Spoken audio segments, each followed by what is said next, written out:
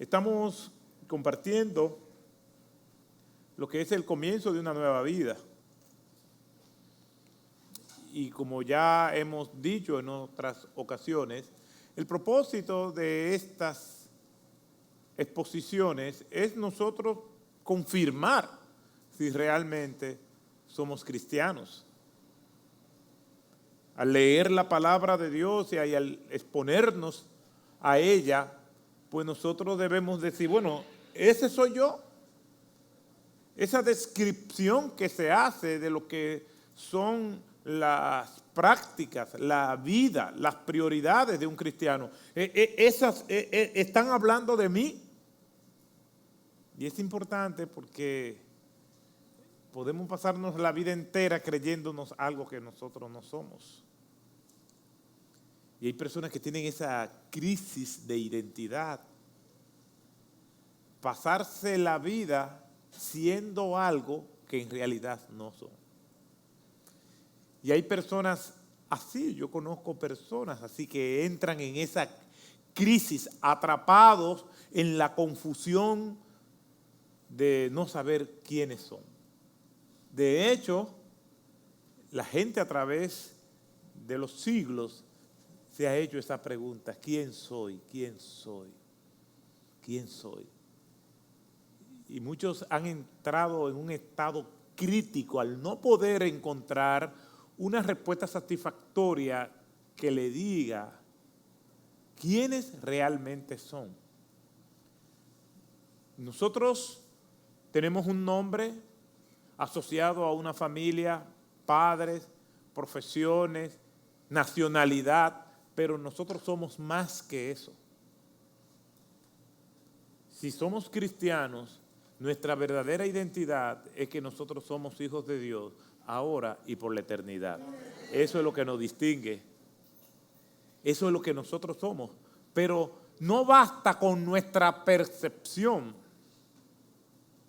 porque con la ideología de género lo que identifica a la persona es cómo ellos se perciben.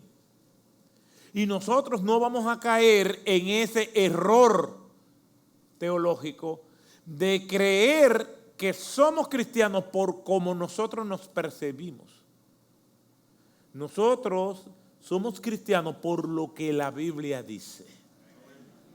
Lo que son nuestros pensamientos, nuestra vida, nuestras prácticas, nuestras prioridades.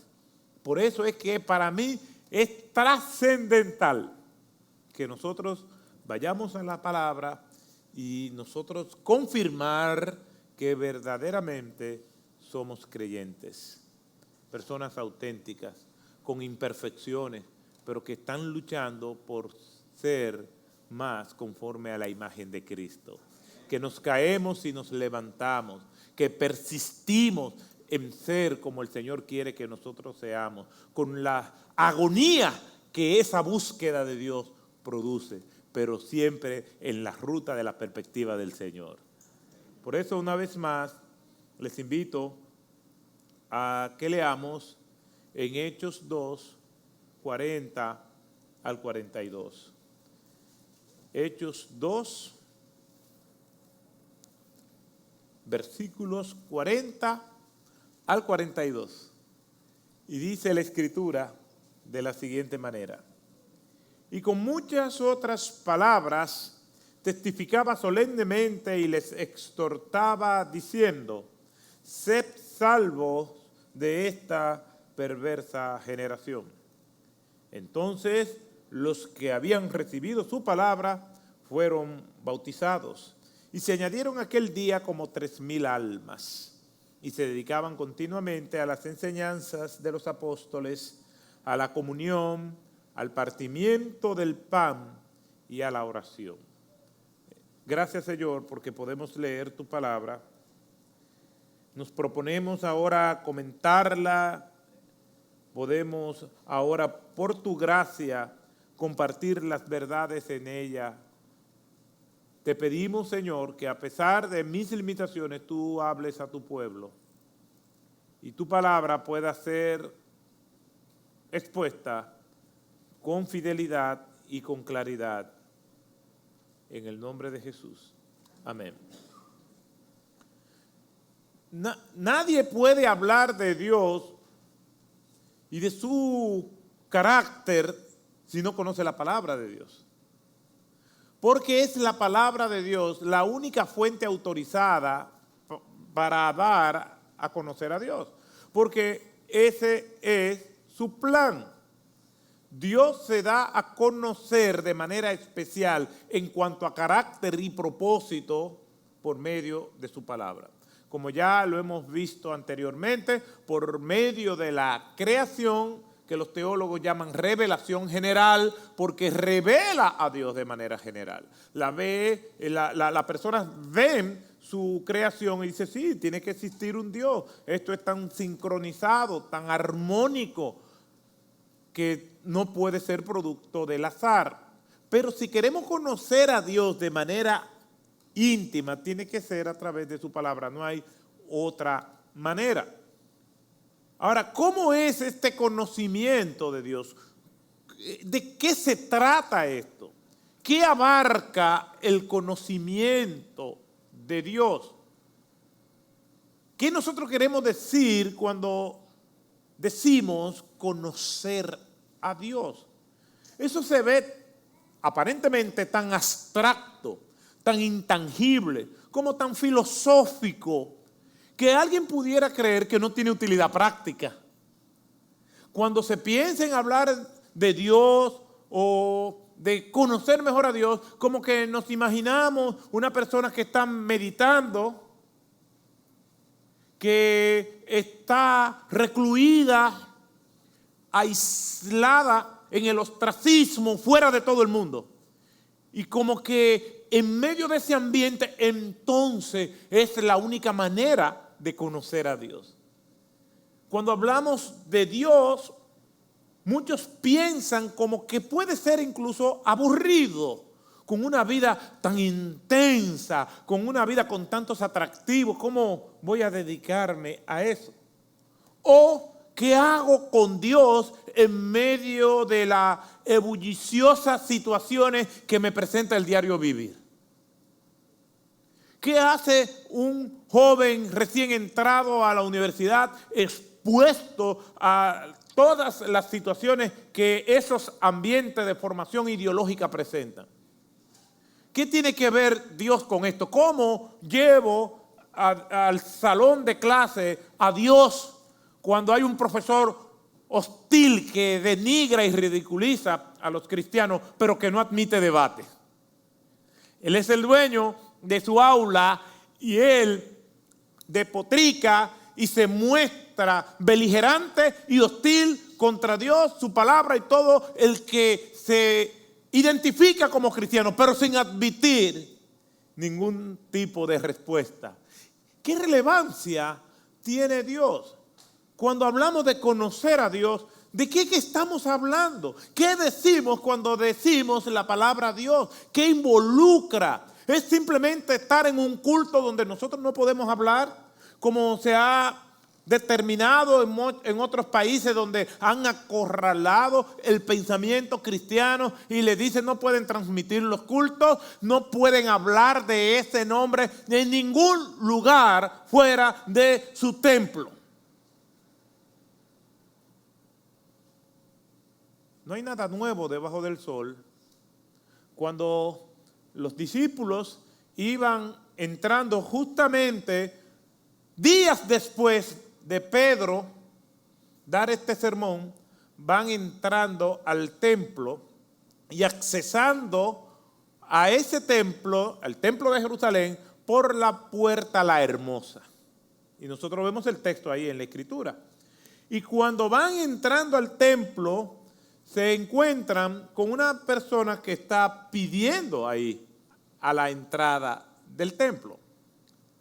Y ellos se encuentran con este episodio, está este individuo pidiendo y ellos le dicen estas memorables palabras. Y esas memorables palabras que todavía nosotros las recordamos, no solamente porque la leemos en la Escritura, ellos le dicen, oro ni plata tenemos, pero de lo que tenemos te damos. En el nombre de Jesús, levántate. Eso provocó un revuelo extraordinario, porque ellos le están diciendo, es en el nombre de Jesús que te estamos diciendo que te ponga de pie, que tus articulaciones cobren vida, que las células degeneradas y muertas vuelvan a funcionar. Y entonces, esto es sumamente relevante porque el oficialismo religioso judío decía que Jesús había muerto. Y ellos le están diciendo, en el nombre de ese Jesús que está vivo, es que nosotros te estamos diciendo que te levantes. Y entonces, esto nosotros lo vemos en Hechos capítulo 3, justamente después de Pedro haber predicado, que ellos iban al templo, y dice el texto que se levantó de un salto, se puso de pie y comenzó a caminar. Algo sumamente notorio. Ahora, eso provocó que Pedro fuera llevado al Sanedrín. Tanto Pedro como Juan fueran llevados al Sanedrín, a la Corte Suprema de los Judíos, y ellos le dijeron que no podían predicar en el nombre de Jesús. Y dice la Escritura que sucedió en Hechos capítulo 4, al día siguiente se reunieron en Jerusalén sus gobernantes, ancianos y escribas, y estaban allí el sumo sacerdote, Anás, Caifás, Juan y Alejandro, y todos los que eran del linaje de los sumos sacerdotes, y habiéndolos puestos en medio de ellos, le interrogaron, ¿con qué poder o en qué nombre habéis hecho esto? Entonces Pedro, lleno del Espíritu Santo, le dijo, gobernantes y ancianos del pueblo, si se nos está interrogando hoy por causa del beneficio hecho a un hombre enfermo, ¿de qué manera este ha sido sanado? Sabed vosotros y todo Israel que en el nombre de Jesucristo de Nazaret, a quien vosotros crucificaste y a quien Dios resucitó de entre los muertos, por él este hombre se halla sano aquí delante de vosotros. Bendito sea el nombre del Señor. Ya no hay miedo. Y estas personas lo que están diciendo es, no hablen en el nombre de Dios. Entonces, cuando hablamos de conocer a Dios, no estamos hablando simplemente de personas aburridas que están recluidas en su templo, confinados, no pueden hablar del nombre del Señor. Estamos hablando de algo útil, práctico, pero ¿qué significa conocer a Dios? ¿Qué utilidad tiene? Bueno, hay varias razones que podemos mencionar. Vamos a mencionar y a seleccionar tres, según el pensamiento de Packer, que me parece que es muy pertinente a esto. Y él dice que las dimensiones del conocimiento de Dios, en primer lugar, son intelectuales. Nosotros no venimos aquí y llegamos aquí de manera inconsciente. Lo que todavía podemos valernos por nuestros propios medios, vinimos muy conscientes y desde ayer ya estamos planificando que íbamos a venir hoy. Eso no es algo donde nos hipnotizaron. No es algo que estamos haciendo inconsciente. No fue que nos fuimos en un viaje con narcóticos y entonces alguien nos trajo aquí. No fue que nos pusieron un sedante y sin nosotros poder valernos nos colocaron aquí. No, estamos muy conscientes con nuestras facultades mentales de lo que nosotros estamos haciendo. Las dimensiones del conocimiento de Dios no son ajenas a la razón. Obviamente, los que denigran a Dios dicen, ustedes no piensan, que no pienso. Y todo lo que estoy haciendo, lo estoy haciendo de manera consciente. Y me está diciendo que no pienso. Yo puedo sostener y defender lo que creo y me dices que no pienso. Independientemente de que no estés de acuerdo, me puedes decir lo que quieras, menos decirme que no pienso. Yo sí pienso, estoy consciente, sé a la hora que me levanté, sé lo que tomé. No me he desayunado todavía, pero me voy a desayunar. Yo estoy consciente de lo que estoy haciendo, sé que estoy parado aquí, no estoy ajeno ni desconectado de la realidad como una persona que esté perturbada mentalmente. Las dimensiones del conocimiento de Dios son intelectuales, es conocer a Dios como la verdad, como la razón de nuestra vida, como nuestra prioridad, y suspirar, respirar y vivir solo para Él de manera consciente. Nadie me puede decir a mí que yo no pienso. No, porque pienso lo hago, lo sostengo y lo defiendo. Ninguno de aquí está en un viaje, en una nota por algo que consumió y se ríe solo sin decir la razón por la que se ríe. Entonces, nosotros vemos que Pedro, cuando es el instrumento de Dios para sanar a ese lisiado, a ese paralítico que estaba a la entrada de la puerta, él respondió con una claridad y una valentía única. Él dice que fue lo que sucedió. Él dice que fue lo que pasó. Y se lo dice en su cara a los que antes él le temía. Por eso negó a Cristo. Cuando él negó a Cristo fue precisamente por la presencia de Anás y Caifás. Porque Cristo estaba siendo enjuiciado y tuvo miedo de que lo involucraran con Cristo. Pero ya ha visto a Cristo resucitado. No es un cuento, no es una fantasía, es algo que él vio. Y nosotros hemos visto a Dios también por la fe. Hemos visto a Cristo resucitado por la fe. ¿Y cómo lo sabemos? Por nuestra propia vida. ¿Quién nos puede quitar eso? ¿Quién nos puede arrancar del alma eso que ya el Señor selló en nuestras vidas? Por eso es que a través de la historia a los cristianos los matan y los persiguen y no claudican. Porque ¿quién nos puede arrancar la fe? ¿Quién nos puede decir eso no es verdad? Si lo estamos viviendo. Ahora, ¿quiénes claudican? Los que se hacen pasar por cristianos. Y viene una pandemia y les fulmina la fe. Pero gloria a Dios por lo que estamos aquí en esta mañana. Gloria a Dios. Una pandemia no ha sido suficiente para doblegarnos. ¿Por qué? Porque creer en Dios es algo racional, es algo que nosotros lo meditamos. Oh, yo soy tan hábil, tan muelú, que usted vino aquí y yo lo envolví y usted cree en Dios y que porque yo tengo habilidades.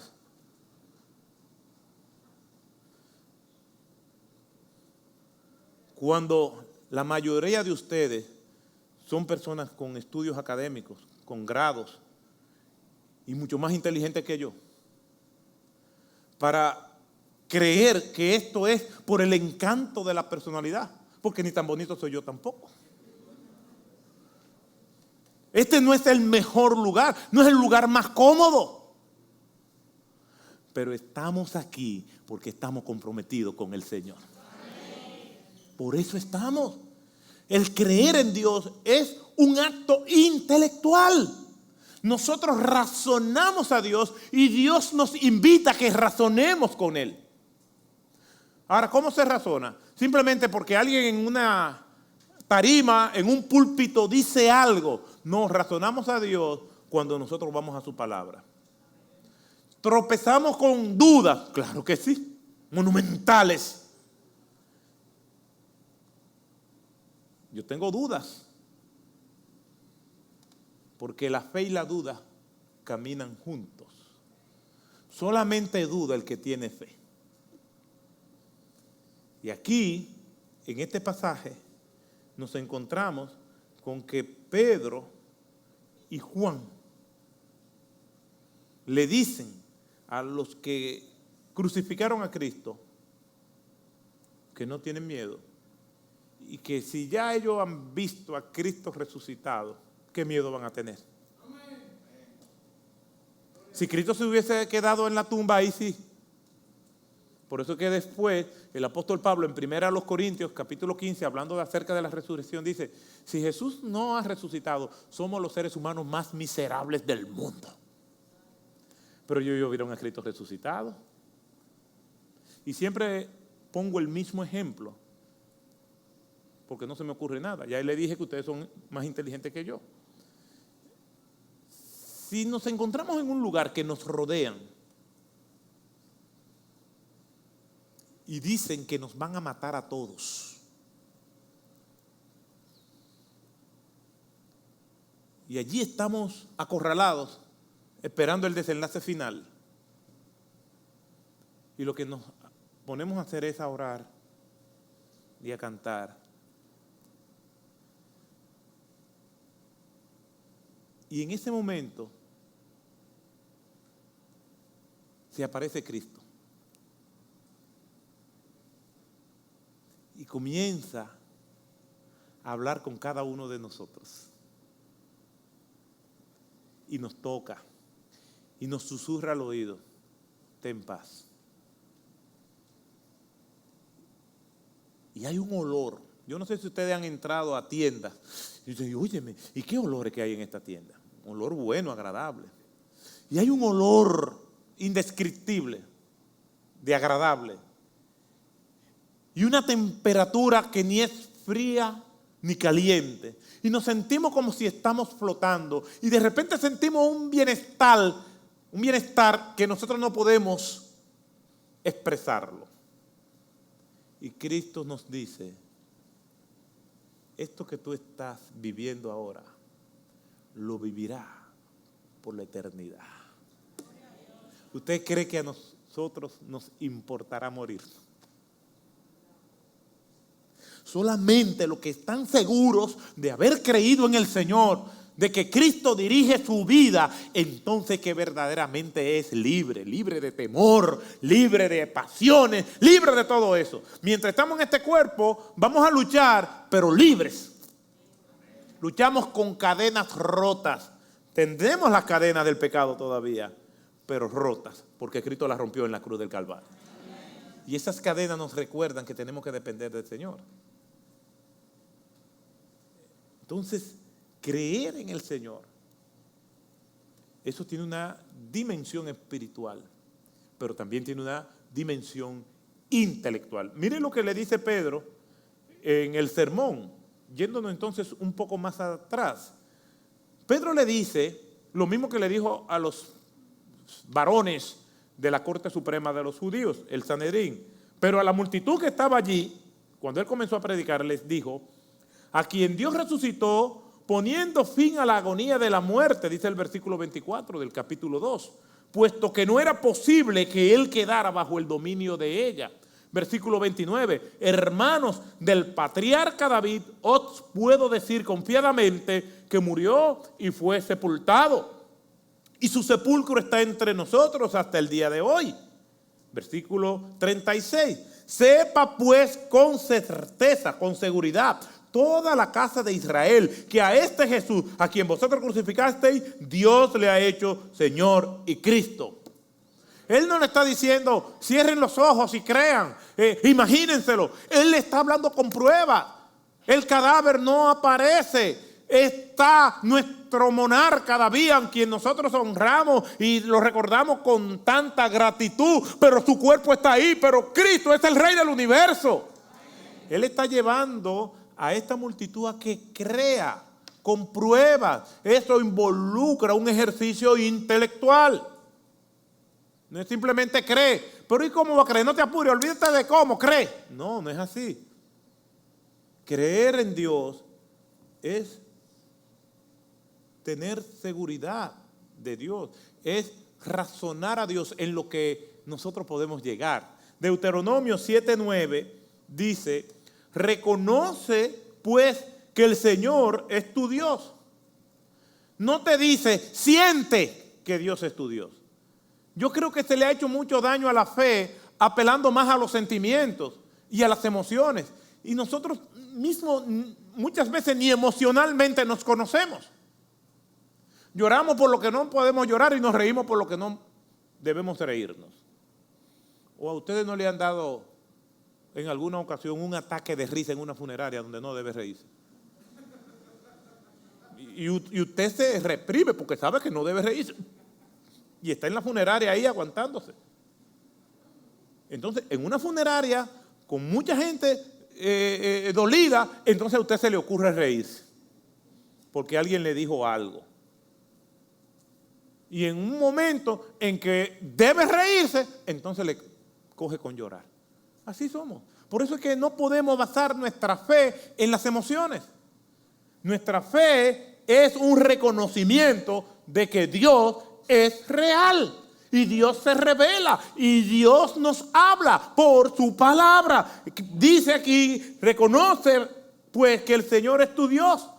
Que Él es Dios fiel, que guarda su pacto y su misericordia hasta 1000 generaciones con aquellos que le aman y guardan sus mandamientos. Lo que pasa es que dudamos de Dios porque sabemos que no hemos sido lo suficientemente fieles. Entonces razonamos, eso sí lo razonamos, decimos, wow, yo sé que Dios es fiel, pero como yo no he sido tan fiel, entonces Dios no va a tener misericordia. Mentira del diablo, aunque no haya sido fiel, Dios permanece fiel y nos ama y está con nosotros todos los días hasta el fin del mundo. Dios es fiel aunque hayamos sido infiel, Dios es bueno aunque nosotros hayamos sido malos, Dios es misericordioso aunque nosotros no hayamos sido consecuentes con eso. Pero eso es algo que razonamos. Y eso me da esperanza. Porque yo entonces quiero medir a Dios como yo me mido. No he cometido errores, he pecado, pero a pesar de eso me levanto en el nombre del Señor y gozo de su misericordia y de su favor. Esa es la gracia. Ahora yo no voy a tomar esa misericordia de Dios para yo hacer lo que me da la gana. La misericordia de Dios me muestra el Dios de las oportunidades para que aprovechando esas oportunidades me levante resuelto a serle fiel a Él. Entonces el conocimiento de Dios involucra ese razonamiento de quién es Él. Pero también vemos en el Salmo 103 que me habla cómo Él opera. No solamente de su carácter, sino de su poder. El Salmo 103. Sabed que el Señor es Dios, Él nos hizo y no a nosotros mismos. Dios es el creador de todo lo que hay. Y hay personas, creyentes, que se han dedicado toda la vida al campo de la apologética y a demostrar, apelando a la razón, que Dios existe y cómo puede ser demostrado Dios, aun cuando los escépticos dicen que no se mencione la Biblia porque la Biblia es un invento de los hombres. Lo cierto es que nosotros podemos llegar a la conclusión de que Dios es real a través de su palabra, no solamente a través de la creación. Los escépticos me dicen, no puedes usar la Biblia, pero sí, ¿cómo yo te voy a hablar de Dios si no tengo su palabra? Y que la Biblia contiene la mente de Dios para que nosotros estudiando a Dios podamos tener un conocimiento más acabado de Él. Entonces, conocer a Dios implica un conocimiento de Dios. Las dimensiones del conocimiento de Dios son intelectuales. En segundo lugar, las dimensiones del conocimiento de Dios son volitivas. Volitivas significa de manera racional, libre y consciente. Es confiar en Dios, obedecerlo y adorarlo en función de esa verdad. Volitiva que mueve la voluntad. Las dimensiones del conocimiento de Dios no solamente son intelectuales, sino también son volitivas. Y este sermón de Pedro está lleno de ese apelativo.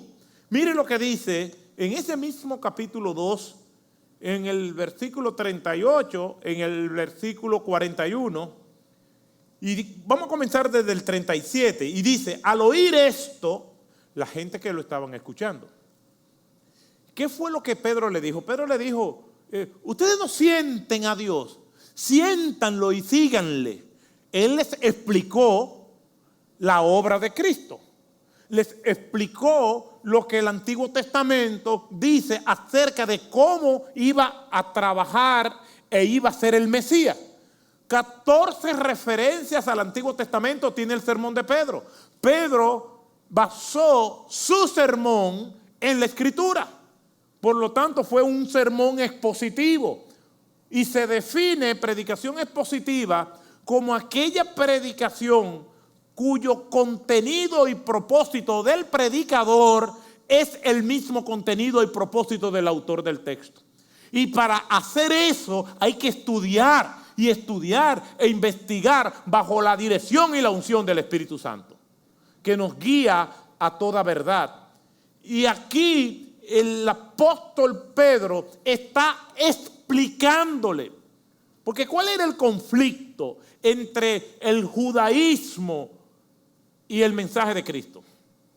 Y que después adoptaron los apóstoles. Ellos no querían el conflicto, es decir, Cristo y los discípulos no querían un conflicto intencional simplemente para desplazar el judaísmo. De hecho, nuestro Señor Jesucristo en Mateo 23 le dice a la multitud: lo que los escribas y fariseos le digan que hagan, háganlo. Hasta cierto modo el mensaje de ellos era correcto, porque estaba basado en la ley y en los profetas. Lo que Jesús le advierte es: pero no imiten su conducta. Ellos dicen y no hacen. Por eso es que después le dice sepulcro blanqueado, generación de víbora, ciegos, guía de ciegos. Aquí lo que nosotros vemos es que debe haber una congruencia entre el buen mensaje y el comportamiento.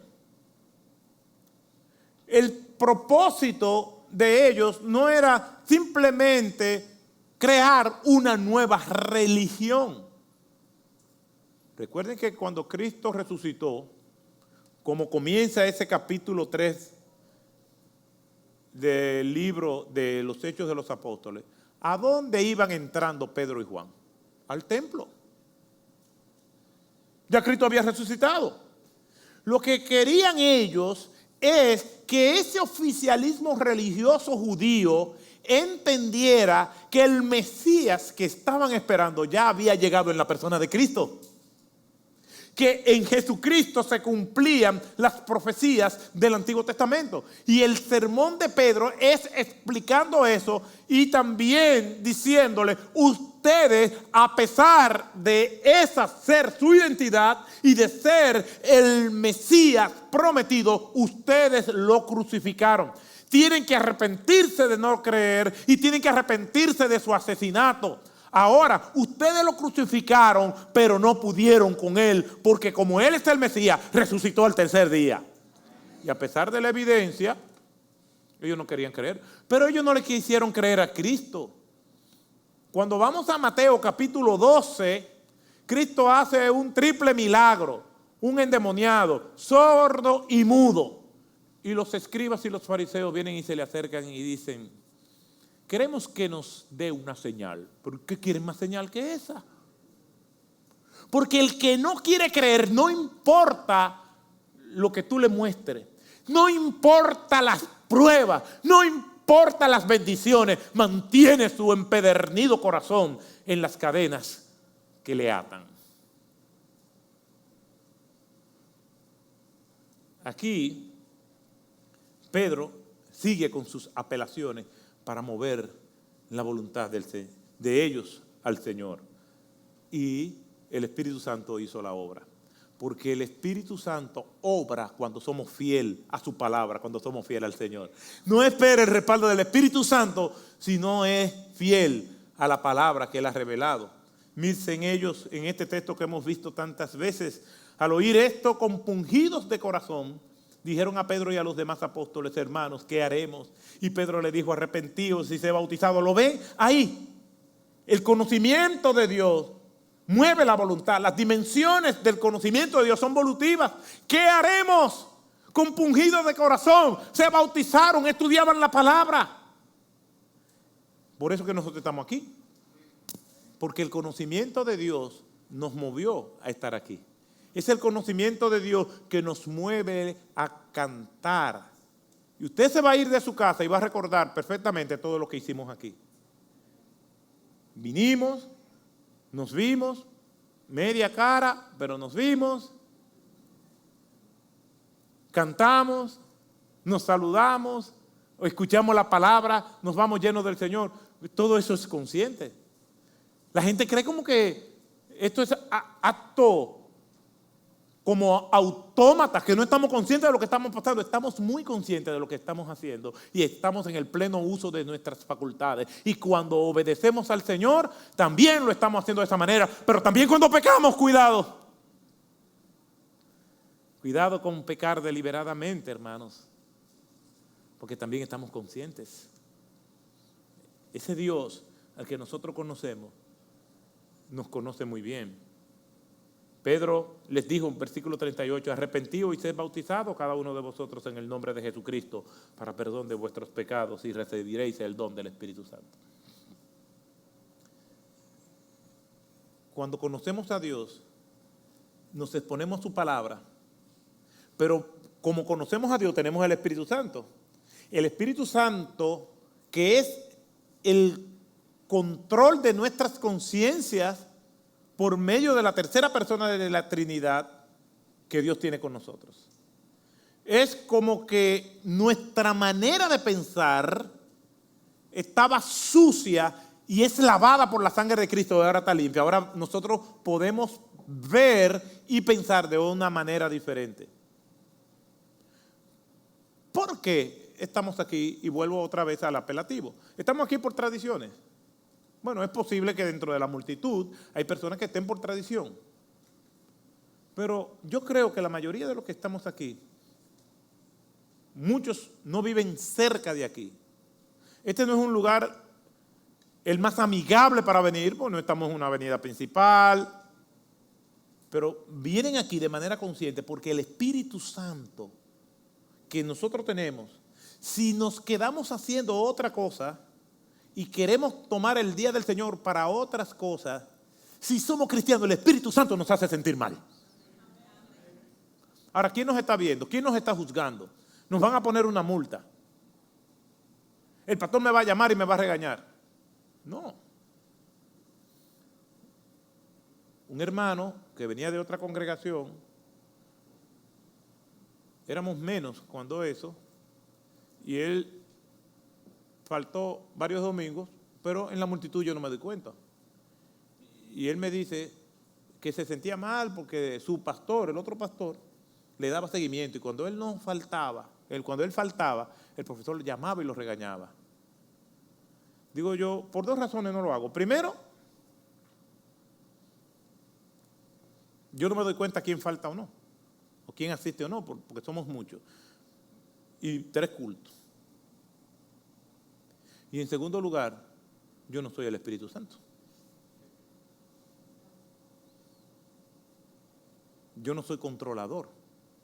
Y hay iglesias controladoras, donde apelan a las emociones de las personas y a la sugestión para tener control sobre la gente. Nuestro rol como creyentes es estudiar la palabra de Dios y que sea el Espíritu Santo que nos controle, no nosotros. Por eso es libre. Por eso es que nadie está aquí porque está en un ambiente controlador. Está aquí porque el Espíritu Santo, desde ayer, está trabajando en nosotros, porque el día del Señor para mí comienza ayer. Yo me voy preparando.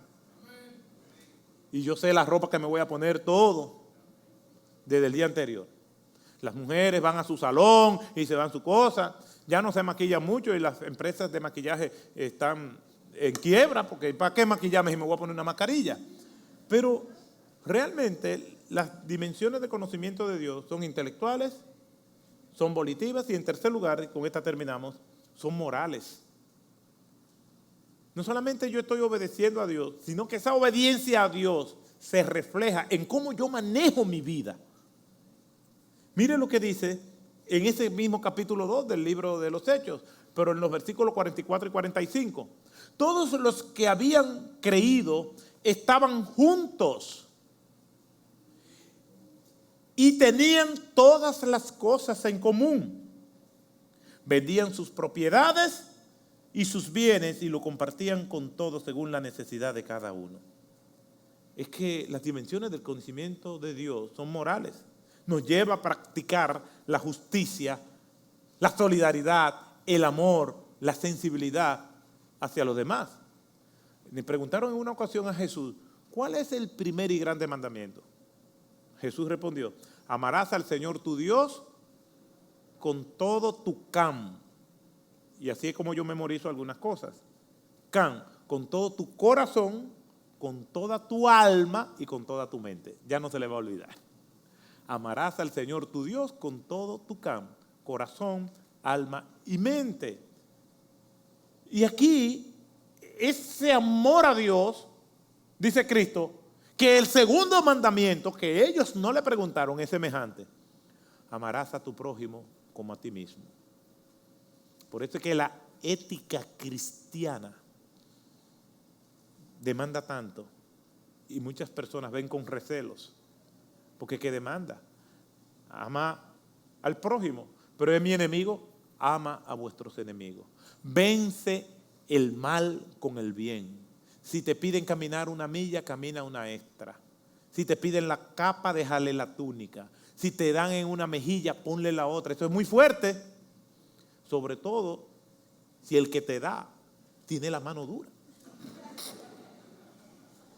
Pero aquí lo que está hablando es del carácter del cristiano que se refleja en nuestras relaciones.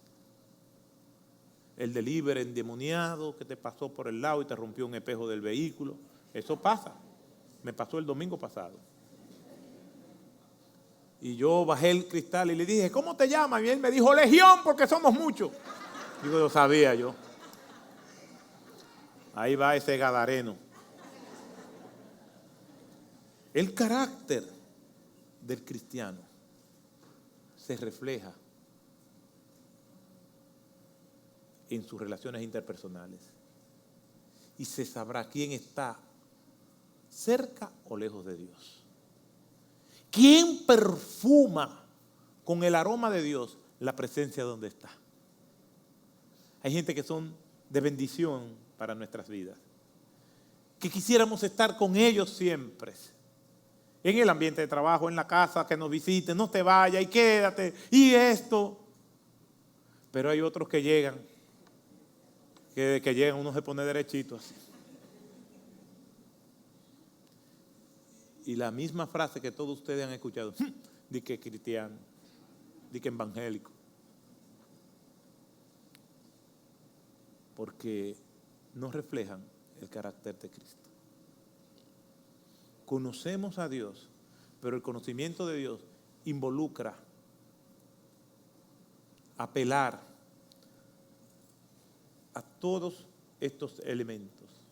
Las dimensiones del conocimiento de Dios son intelectuales, son volitivas y son morales. A medida que vamos avanzando, cada uno de nosotros debe verse en este espejo. Dice el profeta Jeremías en el capítulo 22, versículo 16, juzgó la causa del pobre y del necesitado, entonces le fue bien. ¿No es esto conocerme, declara el Señor? Oye lo que dice el Señor. Juzgó la causa del pobre y del necesitado, entonces le fue bien.